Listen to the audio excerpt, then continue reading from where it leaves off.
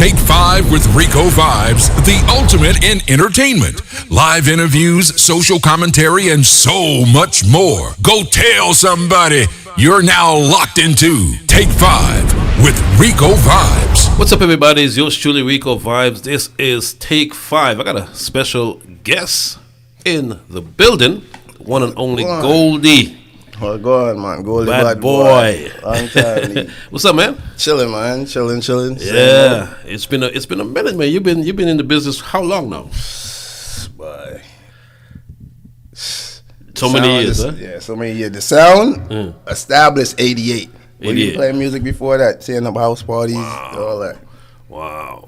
And you were around before the song "Bad Boy" came out, right? Oh yeah. As a matter of fact, I remember when that song came out. People used to think, "Oh, we're gonna use that to attack as the Bad theme Boy." song, right? Wow. And then Buju came out with a counteract. And yes. the days was 45. Yes. So we started using the Buju tune, and anybody that played that and played the Buju tune, and used to drown that. That was the good old days of 45. Yeah, for real. So was that the only sound you've ever played? Mm-hmm. Bad Boy. Yeah, Bad Boy. So you helped create the sound. It created my basement. In your basement? Yeah, me, Stevie, my other brethren, Super Don, and 4-5. Wow. 4 kids just used to go dance and see Addies and everybody and be like, yo, we want to do that same thing. So what do you consider yourself? You consider yourself a Clash sound? Because, you guys did both. Basically, me, I'm a Clash man. Okay. I followed building the sound, as far as me cutting tune, like my portion of tune, I followed Jaro and Bass Odyssey and Addies. Okay. Those are my 3 sounds. Stone Love was always the sound, but those 3 sounds, War, that's what it was. I started cutting just straight war tunes. Right. And we have the jugglers though. Super Don, that's all he do. Super Don. I remember Super Don was the man that really all juggled. day. That's Super Don thing. So we have jugglers and we have clashes. But my preference, Clash. Okay. What was the first class do you ever remember going in and winning? Boy. The first clash was Scurv Production. Scurv Production. And that clash, matter of fact, that clash was, it was like it was no winner. It was just musical night, just a musical night. They playing Ninja Man, we playing, they famous tune was a Ninja Man. We knew they had that Ninja Man from the yard. So we went in there just knowing they had that Ninja Man, and we just went on in. But that was the first class. That was like 80 something, no lie. Right. Like 89. Right. 88, 88, somewhere around there, man. It's a long time. But that was the first class, Scurv. Second class, I think, was King Champion and Wall Terriers. Remember Wall Terriers? Yes, Wall Terriers. On Flatbush Avenue. That turned out to be something as it's something now. Panamanians. It was Panamanian when it was Wall Terriers. Wall Terriers, but it was all it turned into something else. Yeah, I forgot the name. But that was it. But yeah. Okay. So I know when you talk about Brooklyn and Bad Boys, it was always more so the studio because you guys used to voice a lot of dub plates, voice a lot of artists. Yeah. How did you get into that aspect of it? History with that, we used to always go to Ruddy. We used to go to Ruddy's. Then we got put on to Don Juan. So we started going on to Don. So I used to always, like I said, I was always like the tech, like the engine, like the little engine. So I used to always find that interesting. So I used to cut school and just go down and watch Don. You know what I mean? Just watch Don. Learn the business. Just watch what he doing. Until I say, yo, you know what? I want to do the same thing. So I started putting my little studio together. And we got banned from Don Juan one time over the studio. What? Don Juan found out I used to come down there as a little kid, got a little car, come down there and collect all the artists and take them up the hill. Like on the other side. So Don Juan found that out one time and said, well, where the artists them? And somebody dropped it down and said, yo, them gone with Goldie. Don Juan banned me for, I got banned for like a year. But you know how I got back in there? God bless to them, Miss Moody. Miss Moody, she loved, Moody always loved. Don Juan's wife, man. Yeah, so he had to roll. He said, yo, you know what, Miss Moody, come in, Goldie. So me and I talk to Don almost every day, yo. That's the elder right there. Don is a good dude. That's the elder right there. I did one of my podcasts there with himself, Sir Tommy, and Mr. Easy. Oh, okay. A couple summers ago, I was up there. Yeah. So talk about your relationship with Spragga Benz. Spragga Benz, let me tell you how that came out. Spragga Benz was always an artist that we used to like, yo, this artist is bad. When he came out with Jackie Top, we used to be like, yo, this artist is different because his voice was different. It didn't sound like a yard man. It sounded like we wanted to figure out like, yo, where this, because his sound was so deep, and then so we end up just voicing them. But this was like sending your money away to go voice him. Then he had a show in New York, but not knowing the world is small, because the people who, his crew, who brought him up and like who he was chilling with, happens to be a girl that I was dealing with, mother's husband. So I was like, wow. So when I found that out, I was like, all right. So he's gonna be up at this store. So me and the big man was always cool. Big up Father Light, always cool. So I went up there. I used to go up there as well in Kingston. So I used to always, anytime Spragger come in town, he was always on Kingston Avenue by the store. So I used to go up to the store, and then one day I went up to this way. He was managed by this guy Charles, Chuck B. Management. He was managed by Charles. So Charles used to always be in the store. I said, Charles, I want to meet the artist when he comes. So as soon as when he came, that's when he made him. Then he end up, you're like, yo, you have a studio, right?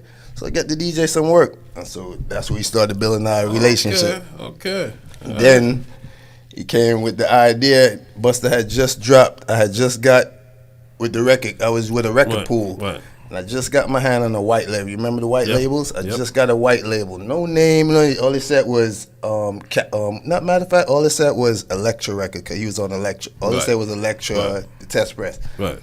Took it home and played it. When I heard that record, Spragger happened to be walking into the studio when I was like just listening to the record. Doom, doom, doom, doom. And then Buster, put your hands in your ear. So Buster was saying, Spragger said, yo. But so the studio is there. So I actually found the original record, because that's the type of stuff I used to do, like keep breaks. So I was into that. So I found the original sample. Played the original sample it with the S950, sample it, put more bass or 808 over it, because it was harder than the Busta Rhymes one if you listen. It was. So he was like, yo, so, no, Goldie, may I give you the acapella, no, and just twipe on it. I looked at him, I said, nah, bro. I said, go in that booth right there and do it all over. He said, you sure? I said, yeah, so do it all over. Voice the whole song over again. So this way now he put a more feeling on it than just when. So he did that, and after he did that, he sat back in the studio. He was like, yo, Goldie, this bud, this is bud. I said, all right. So while I was mixing that, we took it to Toy Factory up in Queens, and to go mix it now. You know what made that record? What? Not him going on it and not the way we put it together, but it's one thing that made that record just take off, and it was a drop I put in the beginning when he came in. No, wait, and I just cut everything until the wait, so no wait, and then I push it out. You see that part right there? That drop out. That drop is what took that record to a whole level. Everybody, because everybody listening to it and they just hear no, wait, all right, no, and then slap it back in. Wow. Man, the impact that have in clubs up to today. That's history. I heard somebody send me a video. They was in Barbados and they played the record. They were like, yo, Goldie, they playing your record, because he was on a cruise. They like, yo, they playing your record. The place still. I'm like, wow. So so that was released officially. Me. By you. Let me tell you how that go down too. After we did it in the house, right, and we pressed it up, I went to Hitbound Records. This is Joyce, and I remember they was in Williamsburg. Yes. Cut up my first 500 record. I said, yo, I need some records. She said, you need the master. I had to go back to Don again. Now Don did the master for me. Then I went to Joyce and got the 500. Now the 500 now is just young teenagers in New York, 500 records in your trunk of your car. No idea about where you're going to sell these. That was just the idea, like, yo, press up our own records. But it's a different thing when you got these records in your trunk going down. It's like, yo, because 500 records is heavy. Yeah. So he's like, you know what? This is how we going to do it. Every record shop that we know, that we've been, because we buy records, we're sound. So every record shop that we know, we just going to go and ask them, play it for them. But this is how it bust. Before I even did that, the tune was made and mixed on a Saturday night. I caught Bobby Conn. I got to big up Bobby Connors too. Bobby is the one who really pushed me with that one right there. Saturday, I told you, Saturday I did the record. Sunday, I caught Bobby because I know he on the radio. I said, yo, Bobby, I got a tune for you to play. I just did with Spragga Ben. Right. He said, man, you don't got it, man. Come on up here, Goldie. Them times you could go to Hot 97 until that little beef thing with Lil Kim and them, you can't just pop up no more. But them days, you could just pop up. So I just popped up. By the time I popped up, he was just now about to go and do his segment. So he said, yo, chillin'. Say, yo, New York, we got Goldie on the line, da-da-da. Just bought a new tune. Yo, we about to test it out right now. And he gave me that spotlight to play it right there. Man, phones forever ring. You know how I knew that we had something going on right there? Because after Bobby, it's Flex. Right, Funkmaster. Flex walked in while Bobby was playing that record. Because remember, Flex, the week before that, Flex dropped the Buster. Yes. So when Flex heard that, Flex came and then he said, yo, can I get a copy of that? So after I left him with a copy of that, Bobby just finished going wild on it. Now we leaving, because I'm not there, I'm not scheduled to stay with Flex. We leaving, and we got Hot 97 going back down to Brooklyn. He's like, yo, Flex gave him the tune, but we like listening to Flex. Man, Flex played that about 12 times, dropped about 12, 20 bombs on it, and kept playing it after we left. I said, we got something. So after that, then obviously there was a demand for it. Yeah, it was a demand. So this is how it started getting in the stores now. Because nobody was doing it, but it was just us doing it. Just me out my trunk. So I used to be like, I'm going to go to every record shop I know. So I used to go down to the Moody's in the Bronx and Superpowers down in Flatbush. I used to go, take a little receipt book, leave them 20 or 15, how many you want, leave the receipt. Consignment. Come back. Yeah, and come back. Sometimes I would leave. The illest part about that one time, I left 25 records with this store. Right there, Park Heights. You know Park Heights right on Utica. Left 25 records with them. Got out and came into the car going down Utica Avenue. By the time I got to Empire, the store calling back, telling me, yo, you have more? Come back, man. We need more. That's not even very far. That's not even 4 to 5. That's about 4 or 5 blocks. Yeah. 6 blocks, yeah. I had to turn back and go back up there and give him the rest out of my trunk. I said, yo, this record is going. What made me stop it, one day I was in the house, in the studio. I forgot what we was doing. Heard the door. One of my little brethren, he came in the height. Yo, Goldie, you have to read this. He had one of them little Gleaners or one of them papers, I forgot, Gleaner or Jamaican something, Star or something. Turned the page. It said, yo, Spragga Benz, a tune at Spragga Benz is doing very well in the U.S. area. Sold about 500,000. I'm looking at it, I'm like, wow. I said, I can't do this. I said, yo, because we didn't clear anything. Them days they come, I said, yo, check this out. I'm not trying to get caught. So you never got caught? No, went to VP. I said, Chris, yo, y'all could deal with that. So whatever they did, they end up making it go on some other, but we done had our little play out of it already in the fun of it. But so you made some serious money from that though. Yeah, we was doing all right. Yeah, that was like a hustle, man. Every day you get up and just hustle out. We stopped hustling. I ain't gonna. I used to be on the corners with my boy, and we stopped that and just say, yo, I'm just gonna hustle records. Wow. Did you ever put out anything as big as that? Yeah. Me putting it out, produced it, yeah. Produced it. Queen Pen, Das Effect, MC Light, did a couple of, but as far as putting it out myself, right. That was it. Wow. And the remix that I gave to Stone Love, remember that Creeper remix? Oh, that was you? That was me, yeah. Did that in the house. Dude, with all the Capleton. I did that right in the house. Wow. Okay. I need that. I got it too. I just dug it back up. Yeah, I just dug it back up. I got it. Wow. Okay. Yeah, they played that a lot. You know how I gave him that? Stone Love came up to New York in Crystals. Yeah. In Queens. Yeah. I remember they was up. It was like, yo, Stone Love in town. Because we used to follow Stone Love forever. Right. Everybody did, man. Like, yo, you know what? Stone Love here. I got to get them this remix. Yo, I know it. So, yo, we ran up to the hotel. Matter of fact, the hotel was the Executive. You remember the Executive on the side of the by the airport? By the airport, yeah. Right. That was a famous hotel. Yeah, man. Everybody, we voiced everybody. Jigsy King stayed in there. That's where he lived at. Whenever he came to New York, him and Tony Curtis and the whole roof crew, Courtney Cole, they all stayed right there. Wow. Anyway, we found Stone Love was there, so I ran up to there and And I forgot, we in what room they was in or nothing. And we like, we can't go to the desk and ask for Stone Love because it's a name. So we like, we just gonna troop it out. So the parking lot was but so big. Just sat in there like on a stakeout. Seeing Rory coming right. Rory, he went in because he must have dropped whoever had him, brought him back so he could go in to get dressed. Caught him running.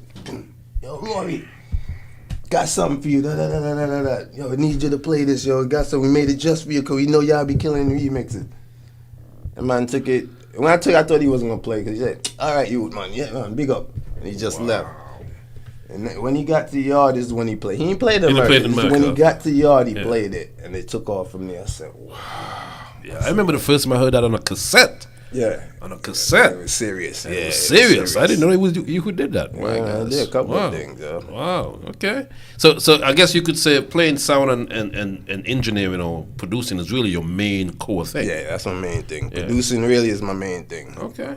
And sound clash. I love that. Wow. You gonna ever get back into it full time? Oh yeah, I'm waiting for Put Up or Shut Up to call me. He getting his things together now. Okay. I'm about to get on that platform. Right. That's my thing. I like Sound Clash. I love it because it's a sport. Yeah. To me, it's like a sport. Like if you can play dominoes or you can play baseball. Yeah. Is it a dying breed though? I mean, you see, Iris and Chin has given it up. And what do you think? What about I say? I think Iris and Chin exaggerated that dying breed thing because if you think about it, people born every day, right? Yeah. And every day, somebody had a kid that was watching them. Like, for instance, my boy from Cosmic. If you know him. I know. Yeah. You see his little son, how you following him? Yeah. This man play with toys. Yeah. And he building speaker walls out of... So that's going to be another sound in the next 5 years. Because he's doing everything his father doing. Yeah. So I could never say it's a dying breed. What it is, it's a lost breed because they taking it and fucking up the culture. You know what I'm saying? But...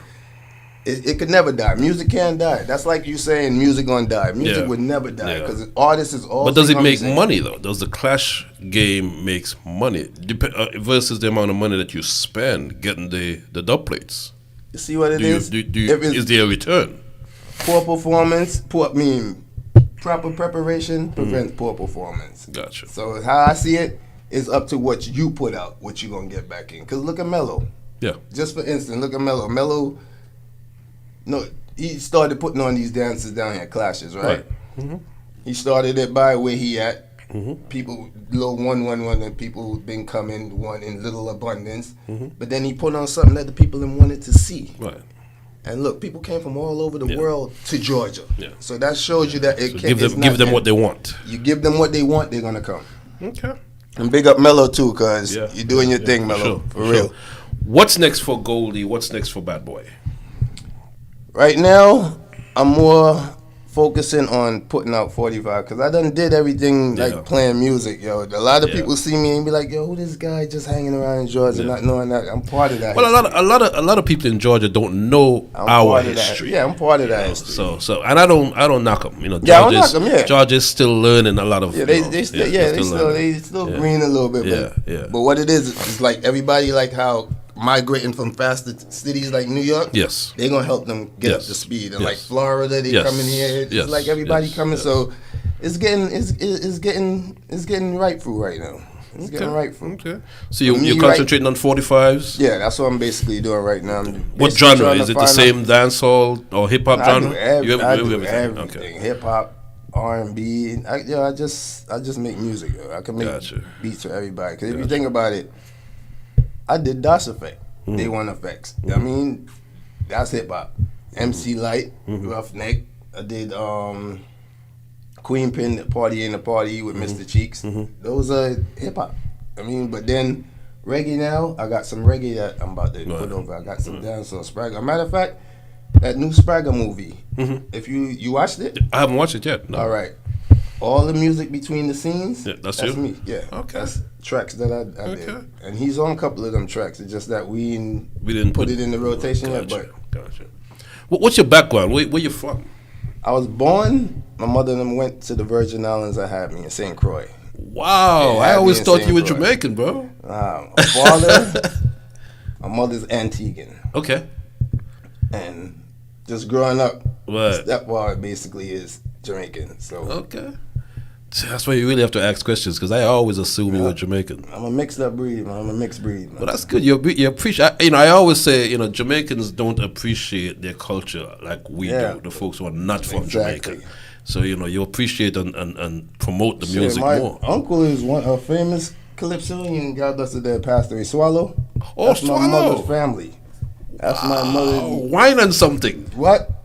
Fire in the backseat. Fire in the backseat and all that. That's my uncle. My gosh. That's my uncle. That's a God small world, bro. Uncle, yeah, he was soca monarch for many years in him and short shirt. Watch him in Antigua on the stage, just behind stage with them short shirt, King Abstinent.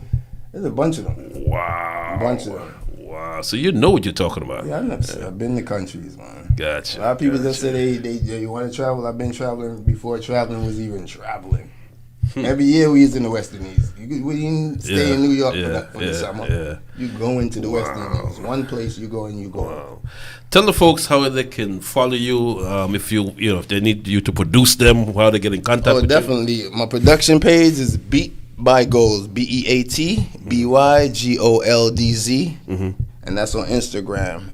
And on Goldie Bad Boy is just GOLDIE_Bad Boy. But any of those two ways you can get me though. But the Beat by Golds, that's my production page. More production is on that page, and the Goldie is more reggae and dancehall and whatever I want. Right.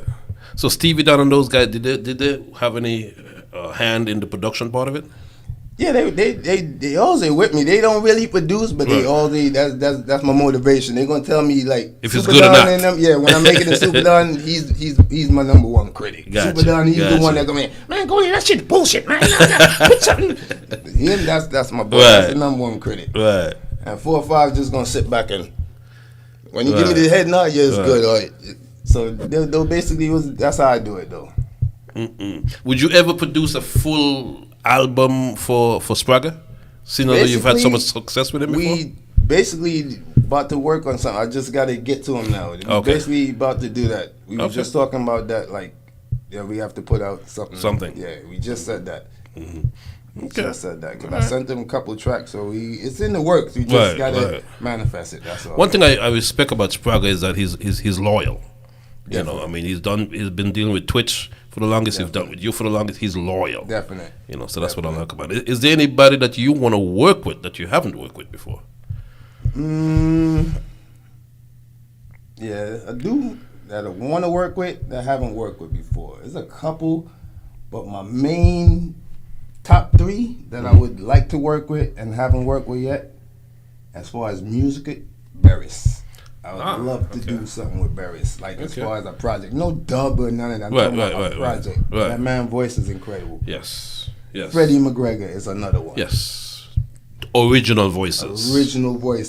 And Marcia Griffiths is the third one. Wow, you have to have a woman in the You're talking some heavy hitters right there, You have to have a woman in the pile. Yeah. You're talking some heavy hitters. Wow. I wish you well on those because Freddie's fairly easy to get to. Freddie's easy. Barris might be a little bit more. Man, you gotta. Yeah. I gotta hit a couple more plaques before they be like, yo, we ready. Yeah. Wow. Yeah.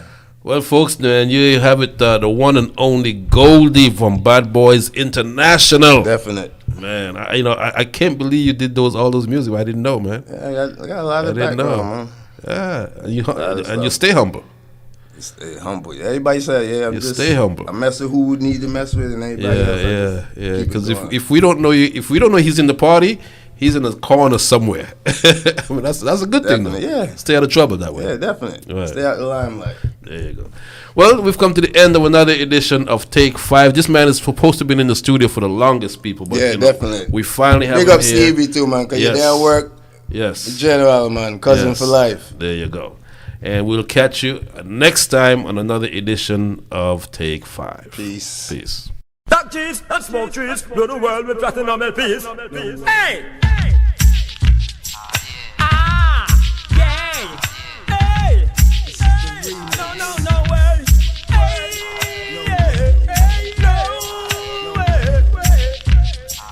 No way! Way. Hey! Well, now say not today. No, never will them ever get a bad thing fi say. Tell fair, avoid and stay out of your way. No follow none of them and go turn no way. No way. Say not today. No, never will them ever get get a bad thing fi say. Tell fair, avoid and stay out of your way. No follow them turn nowhere.